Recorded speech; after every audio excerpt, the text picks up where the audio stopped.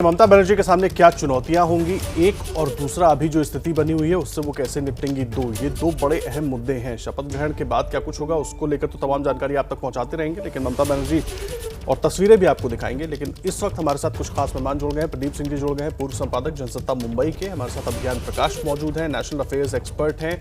मनोज्ञा लोईवाल हमारी संवाददाता जुड़ गई हैं और कुंतल चक्रवर्ती हमारे संवाददाता जुड़ गए हमारे साथ। बहुत स्वागत है आप सबका। मनोज्ञा, सबसे पहले मैं आपका रुख कर रहा हूँ। 10:05 हो रहे हैं, करीब 10:25 पर ममता बनर्जी के निकलने का वक्त है।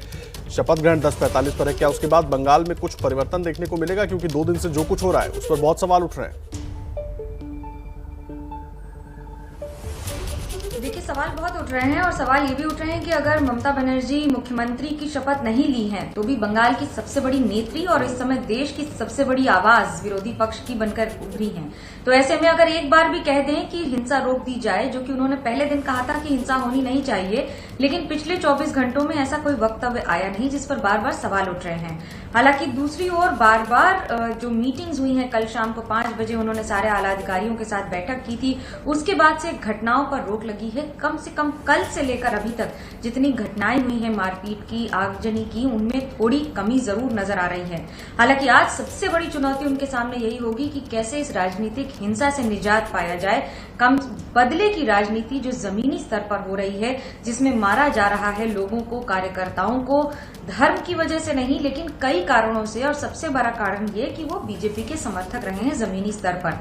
आज जैसे ही वो शपथ लेंगी 10:45 पर, उसके बाद सीधा नवान्न जाएंगी, जहां उनका गार्ड ऑफ ऑनर होगा और वहां के सरकारी कर्मचारी उनका स्वागत करेंगे और उसके बाद सीधा कार्यरत हो जाएंगी। तो आज एक एक्शन पैक्ड डे है। आज एक एक्शन पैक्ड डे है, ये आप कह रही हैं, और उम्मीद करते हैं कि इसमें कुछ एक्शन ऐसा भी हो कि कम से कम जो हिंसा है वो रुके। एक बार कुंतल का रुख कर लेते हैं। कुंतल, तैयारियां पूरी हो चुकी हैं, कुछ ही देर में ममता बनर्जी निकलने वाली है।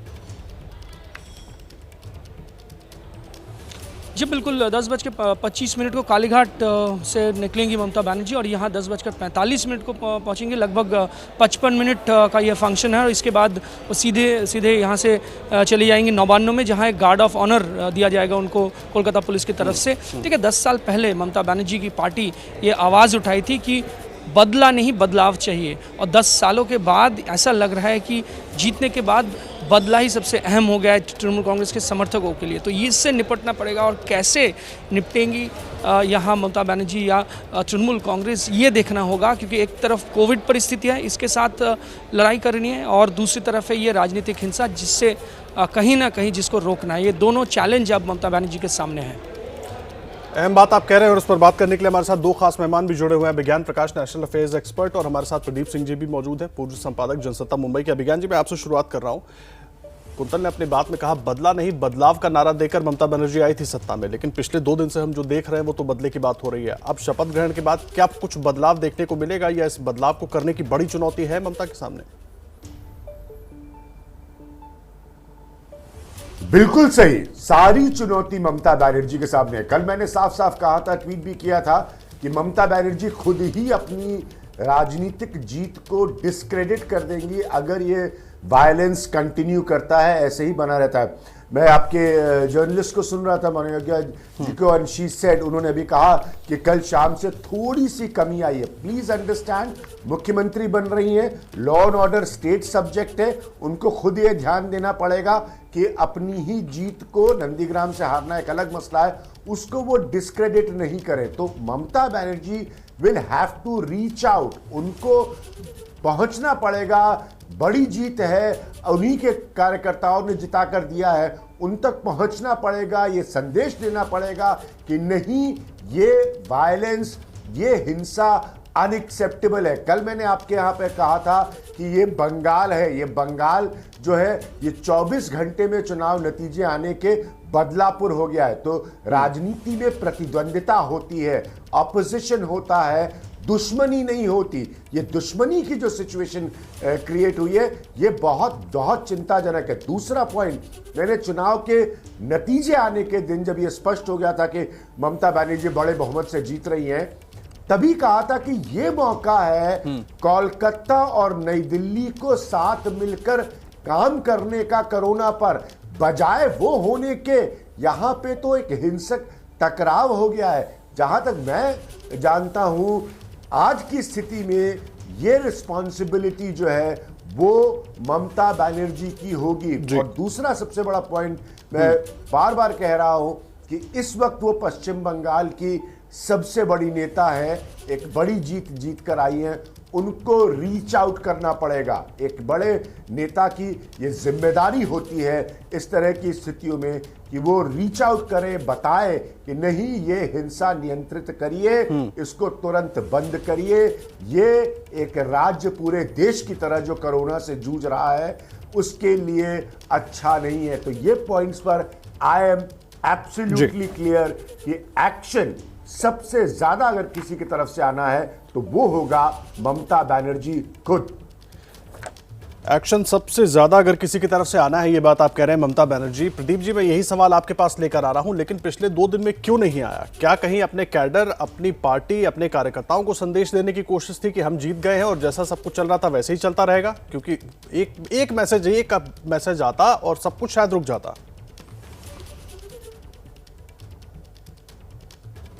नहीं, देखिए, बात यह है कि बड़ी शानदार जीत हुई है ममता बनर्जी की, लेकिन उसके बाद जो हुआ है वो बहुत ही शर्मनाक है।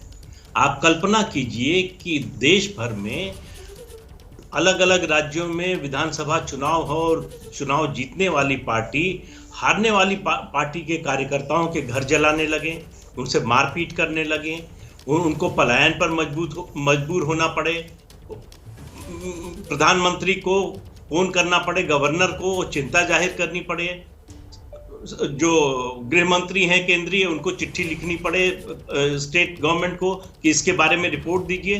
तो आप अंदाजा लगाइए कि ये स्थिति ऐसी नहीं है जो ममता बनर्जी के जानकारी के बिना हो रही है। हम उम्मीद कर सकते हैं कि उनको ऐसा करना चाहिए, ये हम आदर्श स्थिति की बात करते हैं, लेकिन उनका जो 10 साल का ट्रैक रिकॉर्ड है, उनकी जो राजनीति रही है, वो बताती है कि इसमें कोई बदलाव होने वाला नहीं है। वो अपने हिसाब से इस हिंसा का जो स्केल है उसको कम ज्यादा करती रहेंगी। मुझे नहीं लगता कि जो है आने वाले दिनों में राजनीतिक हिंसा पश्चिम बंगाल में कम होने वाली है, वो बढ़ने वाली है। खास तौर से नंदीग्राम से ममता बनर्जी का हारना ये उन्हें अगले 5 साल तक सालता रहेगा और इसका बदला वो 5 साल तक लेती रहेंगी। इससे पहले भी राजनीतिक हिंसा होती रही है। आप देखिए कि पुलिस किस तरह से खड़ी हुई है, दुकानें लूटी जा रही हैं, लोग सामान लूट के भाग रहे हैं और पुलिस वहां पर खड़ी हुई है।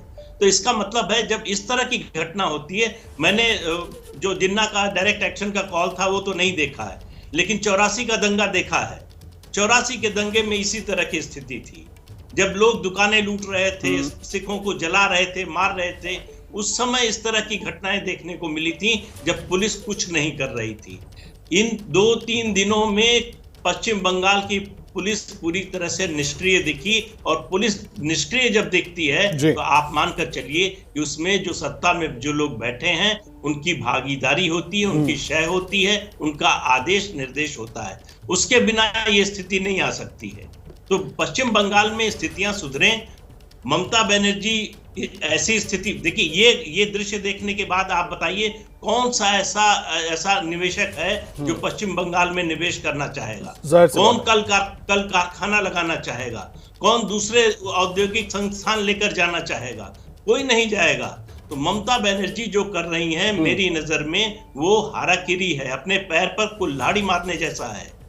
अगर प्रदेश का विकास नहीं होगा तो अल्टीमेटली उनकी राजनीति पर, उनकी सरकार पर ये बहुत बड़ा आक्षेप होगा। 10 साल उन्होंने नहीं किया, उन्हें 2 बार नहीं 3 बार मौका दिया, तीसरी बार मौका दिया है। अगर अब भी वो इस बात को नहीं समझती कि ये प्रदेश के विकास के लिए जरूरी क्या है, प्रदेश के लोगों के विकास के लिए जरूरी क्या है, लोगों की आमदनी बढ़ाने, रोजगार बढ़ाने के लिए क्या जरूरी है।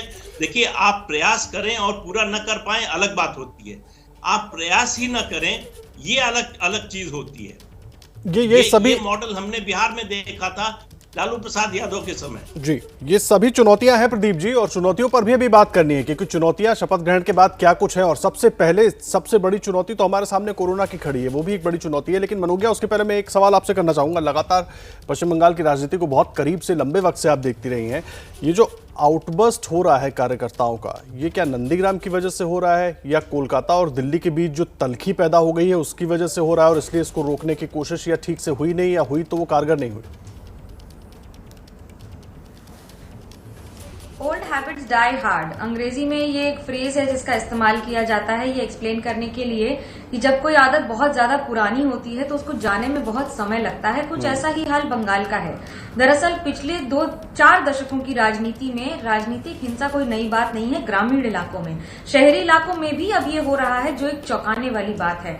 अगर बेलियाघाटा, दक्षिण कोलकाता के इलाकों में हारे हुए एमएलए के घर जला दिए जाएं, उनके घर में तोड़फोड़ हो, या शहरी इलाके जैसे शिवपुर में किसी मुस्लिम की दुकान को तोड़ दिया जाए क्योंकि उसने बीजेपी का झंडा थामा था, ये पहले नहीं देखा गया है। इस तरह से ग्रामीण इलाकों में होता है। ये इस बात से आप बिल्कुल इनकार नहीं कर सकते। वो भले ही वाम मोर्चा हो या फिर तृणमूल कांग्रेस पिछली बार जब सत्ता में आई थी, तब भले ही राजनीति में थोड़ा सा कम असर था क्योंकि ऑपोजिशन में कमजोर था ऑपोजिशन। इस बार बीजेपी है जिसके पास केंद्र में ताकत है, राष्ट्र में ताकत है, इसलिए लड़ाई कई गुना ज्यादा है। लेकिन महिलाओं का बलात्कार, कैमरा पे उन्हें पीटना, नंदीग्राम हो या बीरभूम हो, ये बड़े सवाल हैं और ये बड़ी बातें हैं। अब नेशनल कमीशन ऑफ वुमेन भी पहुंचा है इन सारे बातों को इन्वेस्टिगेट करने के लिए, क्योंकि ये आरोप लगाए गए हैं, इनकी अभी कहीं भी पुष्टि नहीं हुई है। लेकिन इन आरोपों का खंडन भी करना अब बड़ी बात और बड़ी चुनौती होगी राज्य सरकार के लिए। तस्वीरें हम आपको दिखा रहे हैं इस वक्त ममता बनर्जी की। ममता बनर्जी पहुंच चुकी हैं। राजभवन की तस्वीरें आप देख रहे हैं इस वक्त।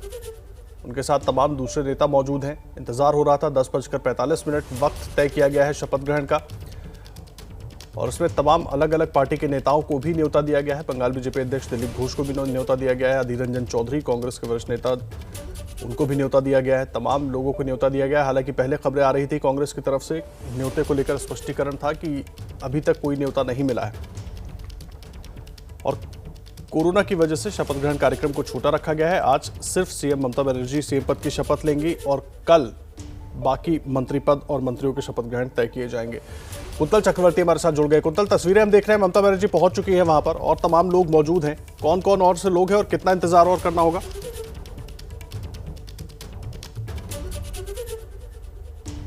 ये है जहाँ शपथ ग्रहण होगा वो जगह आपको मैं दिखाऊंगा किस तरह की तैयारी है। इससे पहले बता दूं कि 10:25 को ममता बनर्जी को निकलना था घर से, लेकिन वो पहले ही निकल गई और फिलहाल पहुंच गई है यहाँ ऊपर। कुछ ही देर बाद यहाँ पहुंचेंगी मुख्यमंत्री ममता बनर्जी तीसरी बार शपथ ग्रहण करने के लिए, और उनके साथ होंगे अभिषेक बनर्जी और प्रशांत किशोर, और बीजेपी, कांग्रेस, लेफ्ट समेत कई खास मेहमानों को यहाँ आमंत्रित किया गया है। कौन कौन फाइनली आते हैं ये देखना होगा। कोरोना काल है, सौरव गांगुली को भी आमंत्रित किया गया है। कुछ ही देर बाद यहाँ ममता बनर्जी पहुँच जाएंगी और 10:47 को ये समारोह कार्यक्रम शुरू होगा, और लगभग 55 मिनट का ये प्रोग्राम है। उसके आगे मुख्यमंत्री ममता बनर्जी चली जाएंगी सीधा नवान्नों में, जहाँ कोलकाता पुलिस की तरफ से गार्ड ऑफ ऑनर भी उनको दिया जाएगा। तय समय से पहले ही वो राजभवन पहुंच गई हैं। वहां की तस्वीरें भी हम आपको दिखा रहे हैं। 20 मई 2011 को पहली बार ममता बनर्जी ने शपथ ली थी। 27 मई को दोबारा उन्होंने शपथ ली थी, और अब तीसरी बार वो शपथ ले रही। 2016 27 मई को शपथ ली थी, और तीसरी बार अब से कुछ मिनट के बाद, करीब 14 मिनट का वक्त बचा है। 10:45 का वक्त तय किया गया है शपथ ग्रहण का। ममता बनर्जी तीसरी बार औपचारिक तौर पर मुख्यमंत्री पद की शपथ ले लेंगी। हालांकि उनको 10:25 पर अपने घर से निकलना था, लेकिन वो उसके पहले ही निकल गई और तय वक्त से पहले ही राजभवन पहुंच गई। तमाम नेता भी वहां पर उनके साथ मौजूद है, और इस वक्त एबीपी न्यूज पर हमारे साथ एक बड़ा पैनल भी मौजूद है कि आखिर ममता बनर्जी के सामने चुनौतियां क्या क्या है। संजय शर्मा हमारे साथ जुड़ गए हैं, टीएमसी के प्रवक्ता। प्रियंका टिबड़ेवाल हमारे साथ मौजूद है, बंगाल बीजेपी के प्रवक्ता हैं। प्रदीप सिंह जी और अभिज्ञान प्रकाश जी हमारे साथ लगातार जुड़े हुए हैं। मनोज्ञा लोईवाल और कुंतल भी हमारे साथ मौजूद हैं। संजय शर्मा, मैं आपसे शुरुआत करूंगा। पिछले 2 दिनों में जो कुछ हमने देखा, क्या शपथ ग्रहण के बाद बदलाव आएगा बंगाल में? ये हिंसा बंद होगी? ये जो बदले की हिंसा हो रही है कथित तौर पर, जो आरोप लगाए जा रहे हैं? देखिए, मैं बड़ी विनम्रता के साथ एक बात कहना चाहता हूँ। तृणमूल कांग्रेस एक राजनीतिक पार्टी के रूप में और आंदोलनों से जुड़ी हुई पार्टी है। हम लोग किसी भी प्रकार की राजनीतिक हिंसा नहीं चाहते। 2011 में भी जब हम सत्ता में आए थे, दीदी ने कहा था बदला नहीं, बदल चाहिए, हमें बदला नहीं चाहिए। वाम फ्रंट के समय में हमने राजनीतिक हिंसा का एक घिनौना चेहरा देखा। अभी क्या हो रहा है, तो पिछले कुछ वर्षों से जब से भारतीय जनता पार्टी थोड़ा सामने आ रही है, आपने गौर किया होगा कि ये अपने आईटी सेल के माध्यम से फेक प्रोपेगेंडा चलाते हैं।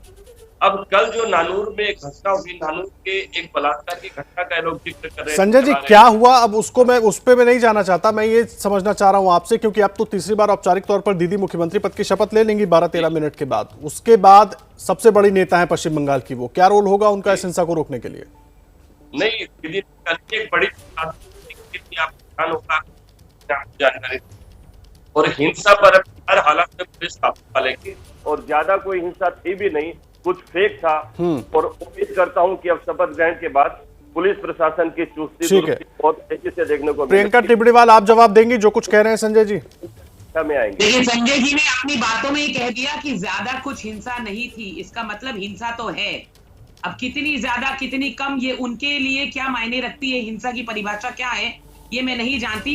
अगर 2 महिलाओं के रेप हो जाते हैं, गैंग रेप, वो इनके लिए अगर ज्यादा हिंसा नहीं है, तो ये तृणमूल की छवि जो है हमने पहले भी देखी है और आगे भी हमको लगता है यही छवि देखनी पड़ेगी। बात कर रही है वीरभूम के, जी मेरी बात खत्म होने दीजिए। जब आप बोल रहे थे शिष्टाचार रखा मैंने, मैं बीच में नहीं बोली। उम्मीद रखती हूँ कि कुछ शिष्टाचार आपको भी आते होंगे, उम्मीद रखती हूँ कि शिष्टाचार की परिभाषा आपको पता होगी। तो दूसरी बात ये है कि जिस तरह से यहाँ पर जो आतंक फैल गया है, आप देख रहे हैं ये घिनौने चेहरे जो हरा रंग लगा करके चारों तरफ खेला होबे करते हुए घूम रहे हैं, जबकि मुख्यमंत्री ने कहा था कि विक्ट्री की कोई भी तरह की जुलूस नहीं निकाले जाएंगे, मगर ये निकालते जा रहे हैं। ये दिखा रहे हैं कि देखिए लोकतंत्र कोई मायने नहीं रखता।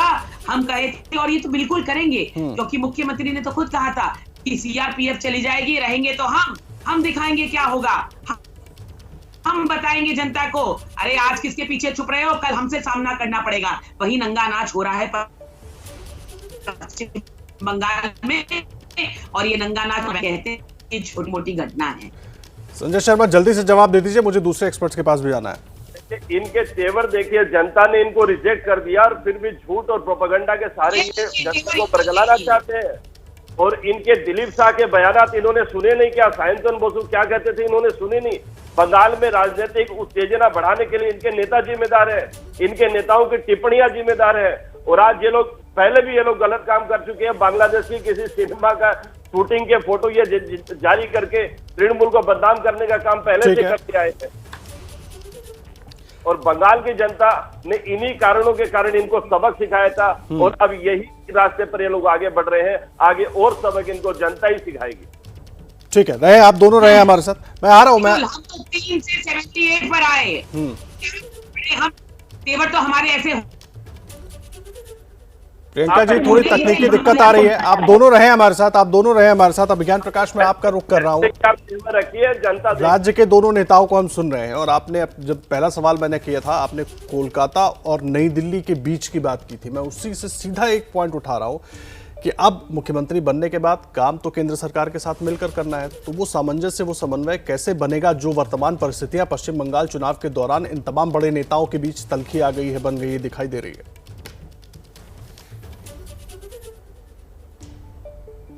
बहुत अच्छा सवाल है आपका।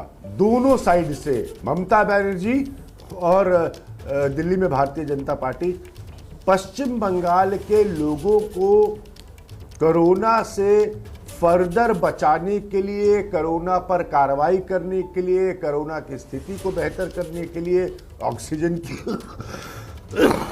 माफी चाहता हूं, ऑक्सीजन की कमी जैसे मसलों को एड्रेस करने के लिए मैंने अंग्रेजी का 2 शब्द इस्तेमाल किया था, रीच आउट, यानी कि आप पहुंचने की कोशिश करिए।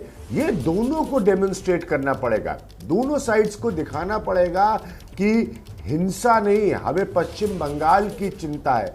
और फिर मैं इसको रिपीट कर रहा हूं, इसमें बड़ी भूमिका इस वक्त ममता बनर्जी की होगी। तो पहला कदम क्या है? हफ्ते 10 दिन का समय लेकर, मैं सिर्फ ऐसे समय इसलिए बोल रहा हूं क्योंकि उससे कम में हो जाए, जैसे आपकी जर्नलिस्ट ने बताया कि घटनाएं कम हुई हैं। सबसे पहले वायलेंस नियंत्रित हो, और उसके बाद जैसा कि पूरे देश में हो रहा है, तुरंत कोरोना पर कार्रवाई जो भी संभव हो वो शुरू हो। अगर ये नहीं होगा तो यकीन मानिए किसकी जीत किसकी हार चुनाव में ये इररिलेवेंट हो जाएगा। देश हार जाएगा, इंसानियत हार जाएगी। तो ममता बनर्जी को भी ये समझना होगा और भारतीय जनता, क्योंकि अब ये तो खबरें भी आ रही है कि ममता बनर्जी का आपके ये भी मैंने हेडलाइन देखी कि टीएमसी के कार्यकर्ताओं की भी हत्या हुई है। तो ये तुरंत, मैं आपको एक छोटी सी 10 सेकंड में खबर बताता हूं। आज अखबार में एक खबर छपी है और ये ममता बनर्जी को इससे सबक लेना चाहिए कि किस तरह से दिल्ली में मंत्री और अफसरान ये कोशिश कर रहे हैं कि जो उनकी कोरोना की हैंडलिंग की आलोचना हो रही है वो परसेप्शन बदले, वो धारणा बदले और अच्छे काम अगर वो कर रहे हैं या उसकी कोशिशें कर रहे हैं तो वो हाईलाइट हो।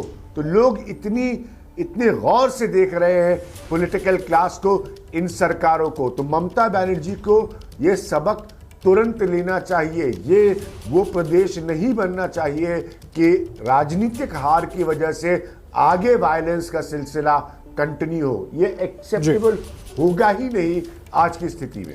नहीं, और केवल वायलेंस नहीं है विज्ञान, और भी कई सारी चीजें हैं। दोनों सरकारों को मिलकर काम करना है। प्रदीप जी, बड़ा सीधा सा सवाल है, कोलकाता से दिल्ली कितनी दूर रहेगी? मैं इसीलिए पूछ रहा हूं बार बार क्योंकि हर नेता की अपनी एक सोच है, सबका एक ना एक व्यवहार का तरीका है। ममता बनर्जी को अक्सर हमने देखा है नाराज हो जाती हैं, केंद्र की तरफ से अगर सपोर्ट नहीं मिलता तो वो किस तरह से बयान दे देती हैं। तो ऐसे में सबसे बड़ी बात होगी एक दूसरे को सहयोग करके आगे बढ़ना, और अभी वक्त की जरूरत वही है। देखिए आदर्श जी, कलकत्ता और दिल्ली की दूरी की बात अभी आप भूल जाइए। कलकत्ता से वीरभूमि और मालदा की दूरी की बात कीजिए। देखिए, मेरा हमेशा से ये मानना रहा है कि किसी भी राज्य में या देश के स्तर पर बड़े पैमाने पर हिंसा होती है तो उसके दो ही कारण होते हैं, या तो जो सत्ता में है वो अक्षम है या वो मिला हुआ है, उसकी मर्जी से, उसकी रजामंदी से ये सब हो रहा है। एक बात। दूसरी बात, चुनाव प्रचार के दौरान ममता बनर्जी के पैर में चोट लगी और उनके चेहरे पर दर्द हम सब ने, पूरी दुनिया ने देखा जो दृश्य आए।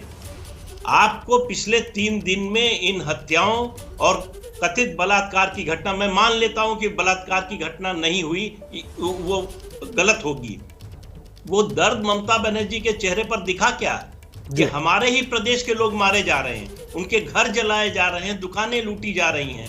इसका दर्द अगर मुख्यमंत्री के चेहरे पर नहीं दिखता है तो ये बहुत ही खतरनाक संकेत है, ये मेरा मानना है। दूसरी बात ये है कि देखिए अभी क्या कह रही है ममता बनर्जी का, मैंने कल का बयान सुना, उन्होंने कहा ये सब बीजेपी वाले प्रचार कर रहे हैं, पुरानी फोटो दिखा रहे हैं। जब उस समय की बात हो रही थी तब भी कहती थी कि ये फर्जी है। आज वो मान रही है कि वो पुरानी फोटो तो सही है। सवाल ये है कि जो दृश्य आजकल मोबाइल का जो इस्तेमाल हो रहा है उससे पल पल की प्रदीप जी आप खबर मिल रही है, किसी सरकार को, किसी प्रदीप जी आपको बीच में रोक रहा हूं। जेपी नड्डा कोलकाता में है और जिस तरह से हिंसा है उसको लेकर सवाल उठाते रहे, कुछ कह रहे हैं। पार्टी के सभी वरिष्ठ पदाधिकारी, कोर कमेटी के सदस्य और पार्टी के प्रवक्ता, आज हम सब लोग यहां पर ठीक 10:45 पर शपथ लेंगे और बंगाल की विधानसभा में जो जिम्मेवारी हमको दी गई है विपक्ष की भूमिका की, वह विपक्ष की भूमिका हम सब लोग एक अच्छे बंगाल के कार्यकर्ता के रूप में और भारत के नागरिक के रूप में हम अपनी जिम्मेवारी को बखूबी निभाएंगे। और इस बात के लिए हम शपथ लेंगे कि जो बंगाल में हमें जनादेश मिला उसको स्वीकार करते हुए, सहज स्वीकार करते हुए, जो जिम्मेवारी हमें मिली है उसको हम निभाएंगे। एक प्रखर और प्रमुख भूमिका विपक्ष की निभाएंगे, लेकिन साथ ही साथ जिसकी लड़ाई बंगाल में हमने लड़ी, राजनीतिक हिंसा, तुष्टीकरण, तानाशाही और जिस तरीके का बॉर्डर स्टेट होने के कारण जो हमारी जिम्मेवारियां हैं जिसको हमको उसको निभाने में हम कतई कोई भी कसर नहीं छोड़ेंगे। एक राष्ट्रवादी के नाते बंगाल को मुख्य धारा के साथ पूरी ताकत के साथ विकास की ओर ले चलेंगे, ये हम शपथ लेने वाले हैं। और साथ ही साथ जो ये राजनीतिक हिंसा पिछले 2 दिनों में हुई है, हम भी शपथ ग्रहण में शामिल होते, लेकिन ध्यान में ये आया कि ममता जी की सरकार जैसे जैसे नतीजे आए हैं वैसे वैसे यहां पर एक तरीके से राजनीतिक हिंसा का तांडव हमको देखने को मिला है। मैं गया हूं उन घरों में।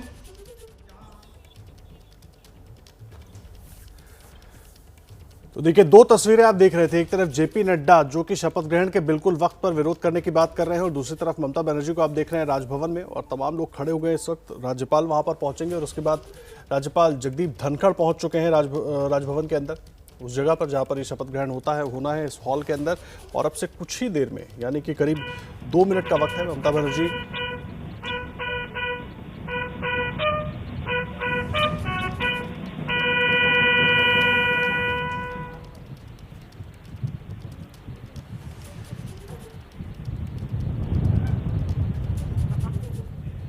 Now the national anthem will be played. All please rise. तो तस्वीरें आप देख रहे हैं राजभवन की, जहां पर इस वक्त राज्यपाल जगदीप धनखड़ पहुंच चुके हैं और ममता बनर्जी वहां पर पहले से मौजूद है। मनोज्ञा से हमारी सहयोगी मौजूद है हमारे साथ। मनोज्ञा, बड़ा सीधा सा सवाल मैं पूछना चाहूंगा। आमतौर पर ऐसी तस्वीरें कम देखी गई हैं कि एक तरफ मुख्यमंत्री शपथ ग्रहण कर रहा है और उसी वक्त जो सबसे बड़ी विरोधी पार्टी है उसके सबसे बड़े नेता वहां पर मौजूद है और वो विरोध कर रहे हैं। कैसे एसेस करें बंगाल की इस सिचुएशन को? क्योंकि ऐसा बंगाल के अलावा भारत में कहीं नहीं देखा गया है कि अगर कोई पार्टी जीते और कोई पार्टी हारे, उसके बाद 24 घंटे के अंदर इतनी हिंसा की घटनाएं हों। इसलिए बंगाल हमेशा अलग रहा है, इस बार भी अलग है। ये राजनीति 50 वर्षों की है। हिंसा की राजनीति से यहाँ पर नकारा नहीं जा सकता है, ग्रामीण इलाका हो या फिर शहरी इलाका हो। और इस बार जिस तरह से घटनाएं हो रही हैं, क्योंकि तस्वीरें बहुत ज्यादा आ रही हैं सामने, पहले सोशल मीडिया इतना ग्रामीण इलाकों में एक्टिव नहीं होता था, तस्वीरें नहीं आती थी, इसलिए विचार या फिर उस पर किसी तरह का डिबेट करना संभव नहीं होता था। अब तस्वीरें आ रही हैं, तस्वीरों पर विवाद, संवाद, सभी कुछ हो रहा है, आरोप भी हो रहा है, प्रत्यारोप भी हो रहा है। लेकिन एक बात मैं आपको बताना चाहूंगी कि 10:45 की क्यों ममता बनर्जी की ये खासियत रही है। इसके पहले भी जब उन्होंने अपना शपथ ग्रहण समारोह किया तो 1:01 पर किया था और ठीक उसी समय आई थी मंच पर और अपनी शपथ उन्होंने ली थी। ये एक बड़ी दिलचस्प बात है उनकी इस पूरी पर्सनैलिटी की कि वो हमेशा कुछ एक ऐसा समय रखती हैं जो उनके आप उसको उनका कैलेंडर कह लें, आप उनको उसका पंचांग कह लें, वो उसी के हिसाब से होता है। और ये पहली बार नहीं है, हर बार उनके शपथ ग्रहण का समारोह का समय कुछ ऐसा ही हुआ है, दिन भी, तारीख भी और समय भी।